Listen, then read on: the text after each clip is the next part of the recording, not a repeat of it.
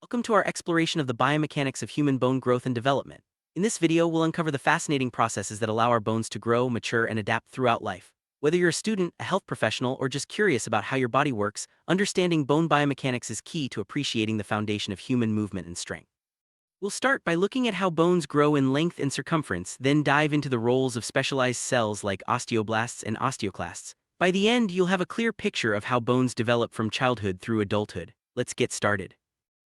Have you ever wondered how your bones get longer as you grow? The answer lies in special regions called epiphyses or growth plates located at the ends of long bones. These growth centers are where new bone cells are produced, allowing bones to lengthen during childhood and adolescence. As you approach adulthood, these plates gradually close, marking the end of bone lengthening. This process is crucial for reaching your full height and ensuring proper skeletal development. Understanding how bones grow in length helps explain why growth spurts happen and why injuries to growth plates in youth can be so significant. Better understand bone growth, let's take a closer look at the structure of the epiphyseal plates. These plates are made of cartilage during early development and gradually ossify or turn into bone as we age. The process is carefully regulated to ensure bones grow at the right rate and to the correct length. In this image, you can see the distinct regions of a growing bone, highlighting where new cells are added and how the bone elongates over time. This visualization helps us appreciate the complexity and precision of bone development. Bones don't just grow longer, they also grow thicker and stronger. This increase in circumference is managed by the periosteum, a double-layered membrane that covers the bone. The inner layer of the periosteum is especially important, as it builds new concentric layers of bone tissue on top of existing ones. This process ensures that as bones lengthen, they also become robust enough to support the body's weight and withstand daily stresses. The balance between bone formation and resorption is essential for healthy bone structure.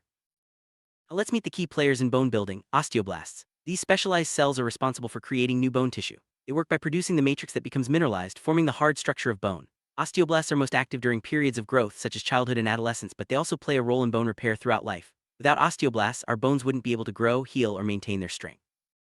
While osteoblasts build bone, osteoclasts have the opposite job. They break down bone tissue. This might sound destructive, but it's actually a vital part of bone health.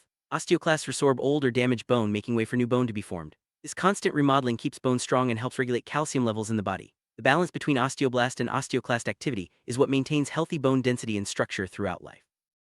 Osteoblasts don't work alone. As they build bone, some become trapped in the very matrix they create, transforming into osteocytes. These osteocytes act as the bone's communication network, helping to maintain bone tissue and signal when remodeling is needed. Together, osteoblasts, osteoclasts, and osteocytes form a dynamic team that keeps our bones healthy and responsive to the body's needs. This teamwork is essential for growth, repair, and adaptation to physical activity. Let's focus on the concept of osteoclast function.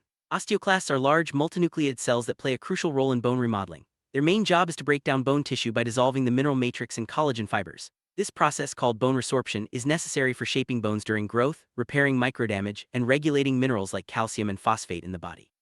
Without osteoclasts, bones would become overly dense and brittle, unable to adapt to changing stresses or heal properly after injury.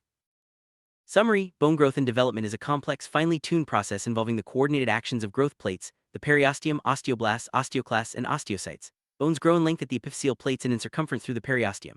Osteoblasts build new bone, osteoclasts resorb old bone, and osteocytes help maintain the structure. This dynamic system ensures our bones are strong, healthy, and able to adapt throughout life. Understanding these processes not only helps us appreciate our bodies but also highlights the importance of bone health from childhood to old age.